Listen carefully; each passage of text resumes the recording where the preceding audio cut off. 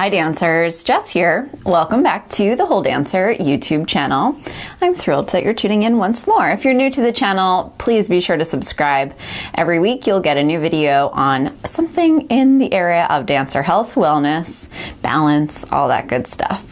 So today a question came in via Instagram. That is one of the many ways you can reach out to me and submit questions. And it was about how to increase and enhance your energy versus things that might be destroying or disrupting your energy. And I love this topic. I've talked about it in different capacities in the past. I've done full workshops on it. But I'm excited to share some easy and, quick to put into action sort of tips that you can use more quickly. So one of the simplest things, and something that might be common for dancers just based on the activity level that you're all undertaking, is dehydration and making sure that you're getting enough water. So if you are dehydrated or underhydrated, one of the most common responses of your body are feelings of fatigue. So it's very important that you make sure that you prioritize that water intake. You're getting, at least half of your body weight in ounces in water, more depending on the activity level, and you're just staying mindful of that throughout the day. I know that the issue tends to be that you have to go to the bathroom more when you're staying hydrated, but it is key to making sure that you are maintaining high levels of energy. Make sure that you're consuming lots of colorful fruits and vegetables. I mean, this is like basics of healthy eating, but those colorful foods are higher in nutrients. They're going to give your body what it needs from a nutrient standpoint, and therefore they're really going to enhance your energy in dance. Snack on fruit, snack on fresh vegetables, bring salads when you can, add vegetables and fruit to breakfast. I like to have vegetable and fruit at just about every meal. Make it a main component of your dish. Like always have your vegetable be about half the plate. It's not something that should just be a side dish. It really should always be a main component of the meal. And by doing that, even just that and not changing anything else, but adding in more of the vegetables, greens, all colorful vegetables and fruits, you will likely see an increase in energy. Definitely try to stick to natural sugars and avoid added sugars. So when you're consuming things like fruits and even some vegetables, they might have sugar in them. That sugar is going to help your levels of energy. That is going to enhance your energy levels.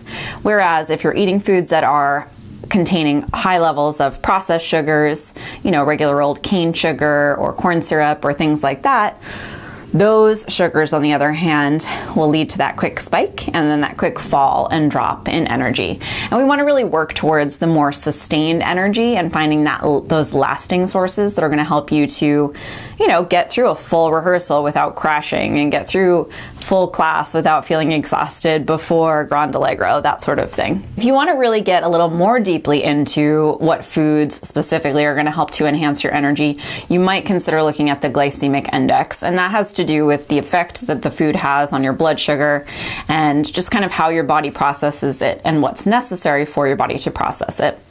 So in general, carbohydrates have a higher glycemic load than proteins or fats. Proteins or fats, the glycemic load is close to zero. However, low glycemic foods include whole grains, healthy oils, things like high fiber nuts and vegetables. So it's really not anything about avoiding carbohydrates altogether. We do need carbohydrates for energy, but maybe considering how high of a glycemic index is going on for those carbohydrate heavy foods. And keeping in mind that the foods with a higher fiber content are also going to have a lower glycemic index. So things like brown rice and quinoa, while they do contain a high level or a decent level of carbohydrates, they're not going to be causing any sort of spike and drop in blood sugar. Some more natural, healthy additions that might help to boost your energy would be like a vegetable juice. If you have a juicer at home, obviously that's the most cost-conscious way to do it. Juicing any of your favorite vegetables and, getting those nutrients in a very dense fashion and a high level of nutrients in one sort of small container of juice can do a lot to boost energy in a more natural way. And again, since it's a vegetable focused juice, you don't have to worry so much about sugar and things like that causing any kind of spike and drop. B vitamins are another great way to boost energy. And, it's not uncommon that you might be a little low due to your diet or based on your level of dancing and things like that. So you might consider a B vitamin supplement.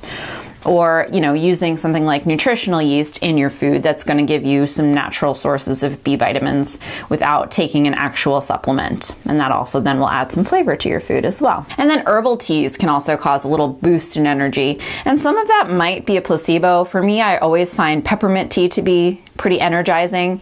I think kind of it's just like the way I think about it, energizing, or peppermint, it seems invigorating to me, so it kind of works for me in that way. Rooibos tea is another good one to try out to see if it gives your energy a little boost. So those are all some things to consider that are going to help to sort of boost the energy levels, right? You want to also think about those factors that are coming in that could be destroying or dampening your energy levels as well. And there's a number of things, so you want to make sure you're getting enough sleep, and think about how you're using screens at night and when you're last looking at screens in relation to your bedtime. So if you're watching TV right up till the time when you're like, okay, it's time to go to bed, that could have an adverse reaction or an adverse impact on your ability to get restful sleep and to fall asleep quickly. The amount of sleep we're getting at night and the amount that we're prioritizing sleep really can have a huge impact on our energy levels. If you're using caffeine for energy, that's another thing to consider. So, even if you're somebody who feels like you get a good night's sleep, restful sleep, a lot of us feel like, oh, I need that morning coffee in order to wake up or just to feel sharp. And if you're relying on caffeine in that way, it's likely that you're sort of going through another spike in energy from the caffeine, and then it will dip down later on in the day, and you have to do something to pick yourself back up. So for many of us, that means having another cup of coffee in the afternoon. Whereas you might be better off just thinking about moderating caffeine altogether, maybe cutting it out. That is one of those processes that takes some effort.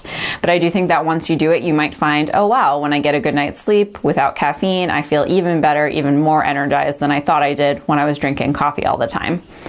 The coffee process is rough because it can be a sort of an up and down sort of thing. Maybe you're drinking coffee before performance or rehearsals and you feel great, but then it has that yo-yo or that up and down effect that we don't really want. We want to consistently have stable energy as much as possible. That's really what's healthiest for your body and what's going to be most efficient for your dancing. You definitely want to avoid the sugars and the processed foods. So we talked a little bit already about added sugar, but if you're eating, white carbohydrates like breads or pastas, or you're eating those white flour baked foods like muffins or scones regularly, not to say you should never have such things, but if you're eating them every day, if that's your breakfast sort of a thing, it might be time to switch it up and find something that's going to be a little bit more nutrient dense and something that will fill you up a little bit better and that doesn't leave you, again, going through energy peaks and valleys. If you want to create consistent energy, it is important to sort of avoid those foods regularly. We don't want those scones, unfortunately, to be our breakfast go-to. There are much better options out there. Think about what is going to enhance the energy versus deplete it in the long run. If you're consuming too much protein or you're not getting enough, that can also have an impact on energy. And that's one of those things that really does just take experimentation and paying attention to how you're feeling and how your body's reacting to different meals, and then noticing sort of what was in them and what was the primary macronutrient, protein, carbs, or fat, and how that sort of impacted how you felt that day. And, becoming experts on our bodies really should be a goal as dancers, because then you're going to be able to power yourself and fuel yourself efficiently. You're going to be able to reach your body goals without stressing out about them, and you'll just see more consistent and positive and healthy energy throughout your dancing, which is going to have a huge impact on how you show up on the stage, in auditions, and, just in your regular day-to-day classes and activities for sure. And then finally, something that we don't always think about, but that can have a significant impact on our energy levels, are draining relationships and, social situations. So you've got to stay aware of how you feel in social situations and when you're around different people.